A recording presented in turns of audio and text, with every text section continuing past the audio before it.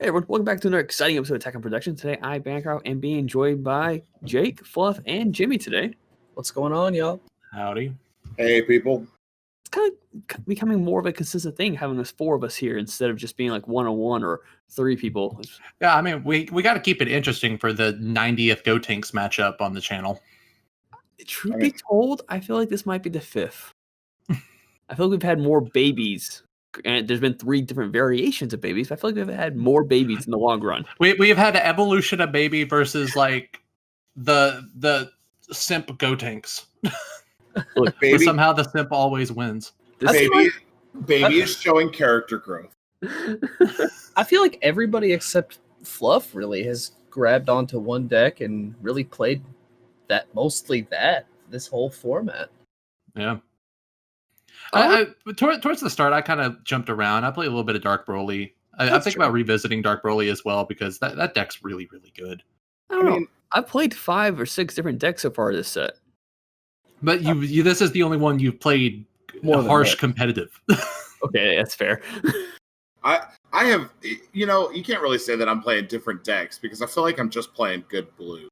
Like, Just play different leaders, maybe. yeah. Like, I'm scared of competitive yellow. Like, I don't think yellow's competitive, as we found out last night. And like Bancroft's playing green, and then I'm not convinced red can cut it. So in the way that I want to play it.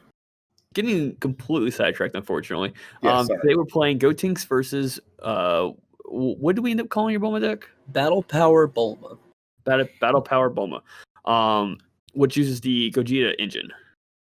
So Yep. It's a battle of fusions. And like always, if you guys enjoy the content, like, subscribe, fun stuff. But I did your typical turn 1, which is Gokul, and you did your typical turn 1 Bulma, which is nothing. Charge pass, draw a card. Well, yeah, charge, activate main, draw, pass. Yeah. Yeah. Hey, it's almost like some other red deck. It's something like with like a freezer or something like that. You might know about it, Bancroft. I don't remember if you know that deck. Doesn't sound familiar. Yeah, it doesn't. No, it doesn't. But my typical turn 2. Sorry for the glare. We are actually recording this weekend's duels at our 3D print shop. Yeah, And- wow, that's really bad. It's only on my side too. Yeah. And it goes up to where the 3rd card slot would be, and after that, you can see the cards just fine. So we're still experimenting spots. I was not aware of it at the time. So our 4 duels that we have recorded for this week are gonna be like this, unfortunately. Yeah. So I did invest in a diffuser that I'm going to bring to the shop probably next week if it comes in.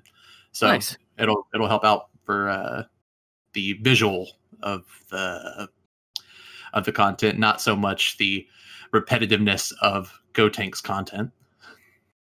Look, I'll play something different next weekend. No, you won't. This was a championship. We were doing Fluff. Before I go into more of the typical turn 2, where I Unison, Awaken, use Goku, get my cards, and then pass to Jake after playing the free blocker. This championship, you want to go into detail on that one for us? Yeah, so it was this was kind of our buddy Jeff Filer out of Louisville, Kentucky, has a company called Limited Series Customs. So you might have seen his stuff on the Dragon Ball group on Facebook, but basically they design custom mats, sell them. But Jeff has been doing this really cool thing where he puts together a full custom tournament kit. So you can purchase the tournament kit. I believe it's $180 for a top 8 plus championship plus judge mat. So that should be 9 total mats that you get for $180. So it's $20 a mat. It's really good. Yeah, that's fairly standard for tournament kits of this quality. Yeah, and Bancroft is actually playing on one of the top 8 mats. By this point, Bancroft hadn't earned the top 8 spot, but he wanted to. I was at least top 8 quality. Come on now. I was what was it, Jake? Top 4 last time you checked? You entered with Gotenks, so I mean that automatically gets you a top placement. But yeah, this is actually in a long time one of my favorite mats. I don't really go crazy on mats, but these are 2 mangas I actually read and enjoy, or animes. And I just thought it was a really cool mashup. Yeah, all of their mats are really good. The Toa mat that's been featured on the channel of mine. I was going to mention that. I that's got from confirmation from Jimmy. He customly got it made to not have the tagline on it, but it is from limited series. Yeah. And then mine, I actually have a Jiren mat that has been featured on the channel, which has subsequently disappeared, and I'm super sad about it. But that is also from Jeff. Their stuff is really good. If you're interested in custom mats, go check it out. I think they try to release a new mat at least once every other week. And they've done a couple My Hero. They've done a couple Digimon.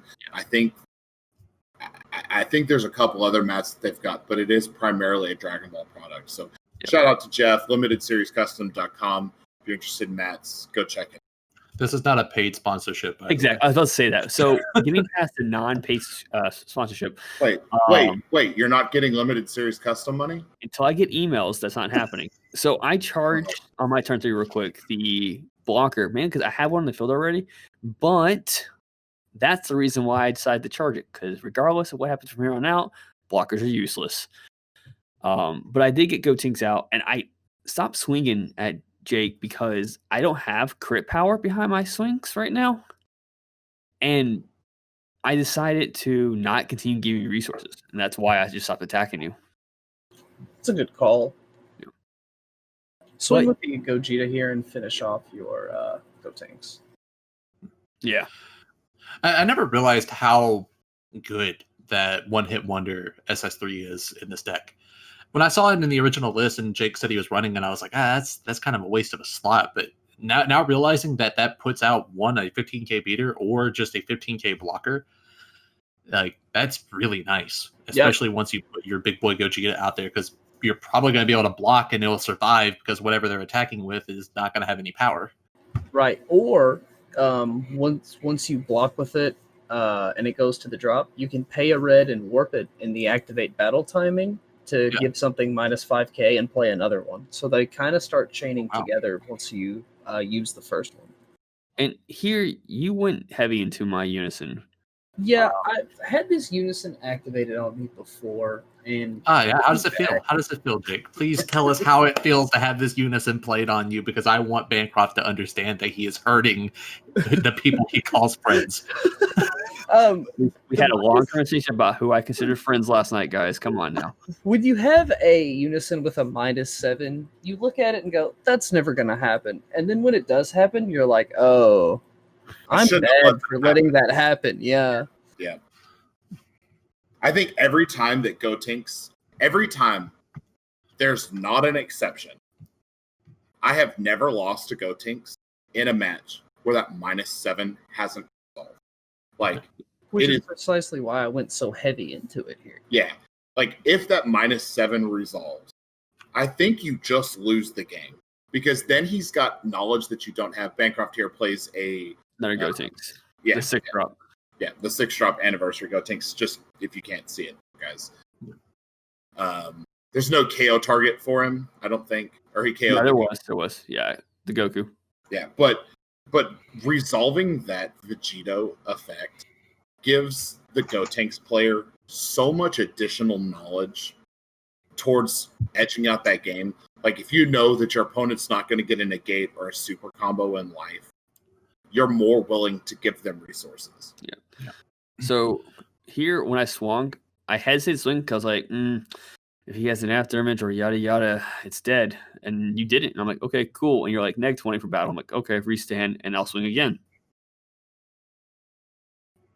So here I'm debating, Celsius flawed. I'm sorry, let me cut you off real quick. I just saw what was in your hand. Why did you not play that 1-drop against me? Crown of Retribution? Yeah. Was it pop again? My turn, you didn't have 2 energy in active mode, so it wouldn't have procced. Gotcha. Okay. Yeah. So not to pull back to the Unison, I feel like the biggest issue with that Unison is its +2. Because one, it feels really bad to focus a lot of your attacks on that Unison when Gotenks can awaken at such high life. Right. And then they're just going to dormant potential you And now your attacks are being wasted even more on the Unison. Yeah. Because if you only get 2 attacks every turn, and every turn you're attacking that Unison, they're just going to +2 and be right back where they need to be. Yeah. Well, that's one of those power creep factors from set 10 to set 11. Set 10 set a standard. If it's a 5,000 Unison, it either has some form of built-in protection or it adds +2. Well, set 11 started giving us Unisons that are 15,000 with a +2 or the ability to gain more than 1 marker per turn.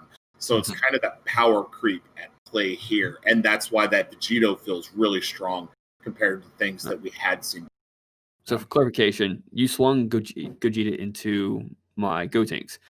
I dormant potential, and you chose to use the auto on my Unison. That's why I reduced its marker. Right. You're trying to go for 2 kills, like hit a marker, hit the card. Right. It's because we've spent so much time this episode talking about the Vegito Unison. Yeah. If I was I just trying get to explain remove why a the marker dive got for free- changed. Yeah. If I get to remove a marker for free by swinging, and then I still get a minus ability when you swing back, I'll do it. Yeah, no, smart. So here I'm at 35 right now to your 35. I got to combo 1 more card off, and it hurts me to combo this card off. I think I even say I don't want to do this, but if you ask Jimmy, I've said it multiple times when I'm using Gotenks decks. I don't want to do this. I don't want to do this. I have no options. And you're like, yeah, you do. So I kind of forgot. If you don't have, I'm sorry, go on. I kind of forgot dormant potential prevents me from attacking, so I swing with Bulma, trying to kill the battle card, and forget to +1 my Jiren, even though it can't attack. Like, just if you're gonna play in a tournament, play a warm-up game first, guys. Was this round 1? Yeah, this is round 1. Wow. And I had been working all day, hadn't touched Dragon Ball all day, just went raw right in. So turn 4, I'm trying to figure out what to charge. Sorry, this is my turn 5. I'm trying to figure out what to charge, because I can do a series of things knowing that you could still blow up a card before I even have to continue doing anything else. I had to be smart, like what to charge, then what to play next. And the idea here was, well, I do have another Frieza in my hand, so I could charge Goku, and then hopefully you counterplay whatever battle card I play, and then just play Frieza. Or I could charge something else, play the Goku, search for another Unison target to play another Unison. Because I do have Cell X in my hand right now. And even though I only have 1 energy open, you're smart enough to know that I can probably stop 4 or 5 attacks without comboing. Yeah, you have a -20, you have the auto -10, then the -3 on activate battle with Jiren. You get a free Wolfsfang Fist, I think. Yep, No, free no, counterplay. You can do Wolfsfang Fist as multiple times as you have them. Those aren't limited. Only the Yamchas are. Right. And, honestly, red is like the direct counter, especially that 6-drop Gogeta. Yeah. So here, I swung to his Unison being a problem, and like you're about to say, he -20 my leader. It puts so much work in against the Gotenks matchup, because Gotenks doesn't have a readily available out to that 6-drop Gogeta, and it just provides you an extra layer that doesn't involve getting rid of a card in your hand, and it doesn't revolve any type of limiting resource other than once per turn. Yeah. And truth be told, in my hand is a max power Kamehameha as well. So what I was doing here with the leader swings and going for Unison was just get rid of your Unison. It's a problem card for me. You can activate battle when I swing into your leader and it'll hurt me. But I knew I had to bait out your auto with Gogeta. And if you were smart, which I'm not saying you weren't, I mean, you're trying to stop me from hurting your Unison, at least my possibility. But I don't know if you thought about Cell X being in my hand at the time or not. Constantly, actually. Okay, I wasn't sure. If you remove a marker, if I don't use the auto, I have don't play a negate, and I already said no negates. I have no way to interact with the battle that doesn't kill Jiren. Yeah. So I'm trying to get as many battle cards off of the table as I can, and there's like more stuff in my hand later on that affects how that shakes out. Yeah. So you've gotten rid of all your energy, so I'm not have to worry about anything else. But you can, I don't remember if you played Afterimage or not. Not in this version. Okay. That was still a fear of mine, though. You having Afterimage, because that could definitely hurt as well. But you did have no. Yeah. You mentioned that you were holding a max power Kamehameha in your hand. Like, I think that's such a superb tech choice for this meta. It solves so many problems, and especially for Gotenks. To my knowledge, unless I'm missing something, I think that is one of Green's only options to get around this 6-drop Gogeta. Yeah. Here, for clarification, Wolfsing Fist is only for battle. Right. So when you played Yamcha, you negged my Gotenks by 15 more, if I'm correct. And I think you were under the impression that it should be KO'd. Right. So I get Goku out, I get their Gotenks out, and I'm like, cool. But your Unison's still a problem.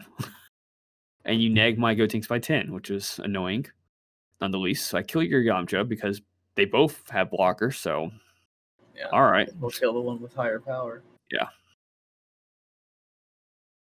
And here I was about to play a card, and I was like, maybe I should swing first. And that's what I do. So I swing into your Jiren, you block, and I'm like, okay, fine, no comment. You activate battle. I'm like, wait, off. Oh no. So Jake, you mentioned that you don't play Afterimage in this build. What's the thought? Honestly, it was experimental. I had just come into a full playset of Wolfsing Fist, and I was like, I'll try that tonight. Okay. Just curious. So I take the life to free play use the auto on the Gotenks Trunks card, which you take a life, you play this card from your hand.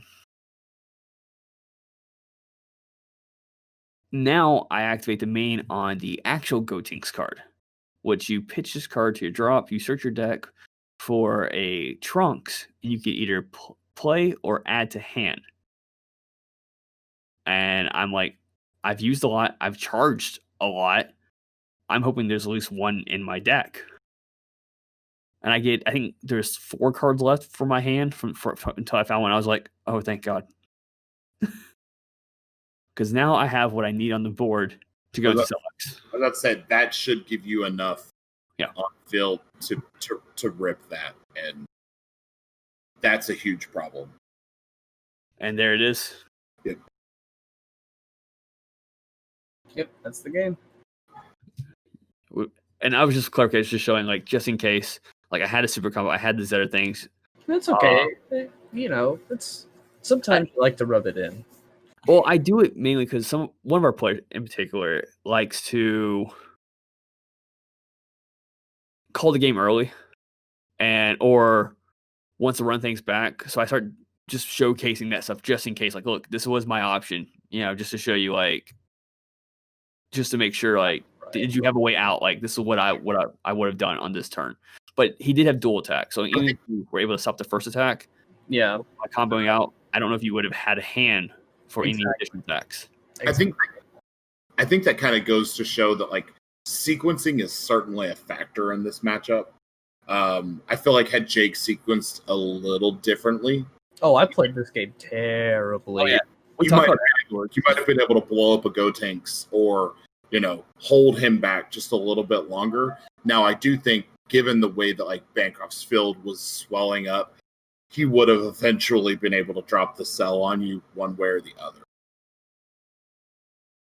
Yep. Green is good right now, you guys. Red definitely can win. The mistakes I made in this game were over-respecting the Vegito Unison. We talked about it a lot, but I didn't need to go as hard into it as I went. And spending too much energy offensively is just bad against Gotenks. As the red player, you want to win on the crack back. Let them expend as many resources as they can. Bancroft is a great player, but as Fluff kind of mentioned, and as anyone that's good at this game, it's kind of plainly obvious to see this isn't my best game, and hopefully I can provide a better challenge in the future. Hopefully, we got to do our next match. Yeah, and I don't think it's a commentary on you as a player. I think it's more of a commentary on how complex it is to play against Gotenks. Like, I would say Red is, in my opinion, one of the hardest matchups to go up against. And me and Jake talked about it multiple times. That's our very first game against Bulma where you destroyed me. And I was like, I have to think differently when I play against Red. Yeah. And I've learned against Jimmy on the blue, playing against Baby now, or just Blue in general when play Soul Striker. I need to be aggressive in the beginning and then find some room to where I need to slow down at some points and hold on to something and then be aggressive again. You win on that, like Jake just said. Those are the matches where green wins on the crackback. You punish blue in early turns, grind the game out, and then punish them when they overextend. Haven't had much experience against other green decks, unfortunately. No one at the shop is playing Gotenks, and no one's really playing green right now either at our shop. My cell deck gave you a little push. Yeah, that's right. We did do one duel between those two decks. Yeah, I forgot about that. I just barely got to win on that one. Like, you had me because it ripped cards from my hand, didn't it? Yeah, I had you down to 3 cards in hand, and it was all you needed to put another body on field to swing at me. I forgot about that. We never recorded that one, did we? I don't believe. Well, if you guys want to see Gotenks versus Cell, I know you guys want to see another Gotenks deck profile. Let us know in the comments down below. I'm trying to not do anymore. So there will be one more Gotenks this week, and that's it for this week. I'm not gonna say when or what duel it was, but there is one more Gotenks on the channel. Well, green Gotenks, because there will be a yellow Gotenks. Yep. I blame myself for that one. But I think that covers everything for today. So let's kind of do the normal thing. Jake, Jimmy, words? Got a new catchphrase, everyone. If you want to win, you have to practice. There you go. I like that one. I actually got kind of bored watching Gotenks play for the 17th time. So I was remembering, things from my childhood that made me happy because Gotenks doesn't. And I remember this Grand Poobah song. I like it. It was from the Tony Hawk Underground 2 soundtrack. Good soundtrack. And now it's stuck in my head. And I blame Gotenks for that. Okay. If it burns when you pee, you're a Gotenks player. Bluff, would you like to lead us out? Yeah, I'm going to close this out. Make sure to read your cards, know your plays, and like always, fluff out.